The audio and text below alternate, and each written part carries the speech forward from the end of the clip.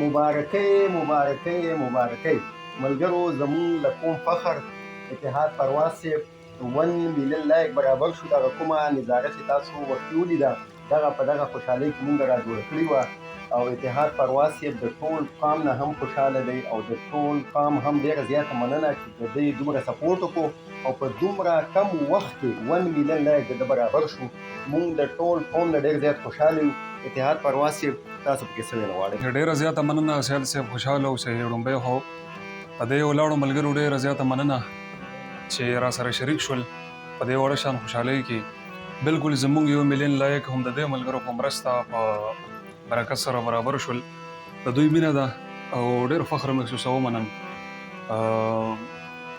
د خپل قوم نه هم ډېر خوشحاله یم او د ټولو مینوالو نه هم قدرمن شئ، خوشحاله اوسئ او یقین وکړه چې نن سیال صاحب ډېره خوشحالي ده او ډېر چې کوم دی زه متاثره یم د خپلو اورېدونکو د مینوالو نه او ډېر فخر کوم او ډېر ویاړ محسوسوم.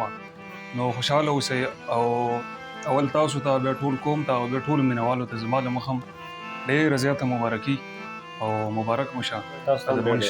پرواز صاحب هغه کومه غټه ستونزه چې ملګرو ته راځي د ستا د آی ډي تپوس کوي نو ملګرو ته هغه د ستا خپل آی ډي هم وښایه. بلکل همداسې د سیال صاحب دا په سکرین چې کوم پروفایل دوته ښکاري زما د شخصي اکاونټ دی، زما افیشل اکاونټ دی، زما واحد دا یو اکاونټ دی.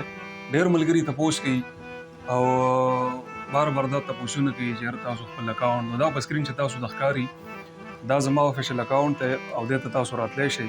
په دې نه به انشاءالله چې تاسو ته نوي شعرونه واحد د دې اکاونټ نه میلاویږي او هغسې ډېر دي او دا زموږ خپل اکاونټ دی او دې ته وزټ کولی شئ. زه به دا یو خبره پکې نوره هم سیوا کړم چې ملګرو ته به د دې نه هم اندازه وشي چې څومره هم فیک اکاونټونه دي د هغې لایک به کم وي خو د چا لایک چې 1 میلیون وي نو ته پوه شې چې هغه د اتحاد پرواز صاحب خپله ویلي ده. د ټولو ډېره زیاته مننه. موږ ټول فخر کوو زموږ د قام سړی دی، انشاءالله سپورټ به یې کوو. پرواز صاحب اخره کې ملګرو ته شعرونه هم ډالۍ که بلکل ضرور ضرور د دې ملګرو په نوم باندې دغه شعرونه په کلي کور کې د جرګې او د لار یو سړی وي، خبرې ډېر سړي کوي خو د کار یو سړی وي. په خاندان کې ترې زامن او لمسي ډېر پاتې شي خو چې زوی نیسي د نیکه یا د پلار یو سړی وي. چا زړه کې کاڼي چا له ستورو کې ماران ساتل، پسې کمال خدای په داسې وخت کې ځان ساتل. ما به وطن له د سیالۍ رنګ خوبونه لیدل، د کام بچو به مې تنظري او چرګان ساتل. هغوی چې خپل عمارتونه په اسمان ګډول، زما ځوانانو په حجرو کې هجړاګان ګډول. پرواز زما به داسې کام له خپلواکي غوښته چې پاړو یې پیرو او پیرانو یې ماران ګډول. جنکۍ نورې د سورو عذاب کې مه بندوئ، دا دنګې زاڼې د پنجرو عذاب کې مه بندوئ. د نمایش له په بنګلو کې چېرته بل څه کوئ، دا ګلابونه د ګملو عذاب کې مه بندوئ. دا زما نوم دې په خوله کې څنګه راغی، دومره رحم دې په زړه کې څنګه راغی. دغه یار خو دې د رور په مرګ کې نه و، دغه یار دې په واده کې څنګه راغی. کله کله یو سړي ته فکر وکم چې زما په ژوندانه کې څنګه راغی.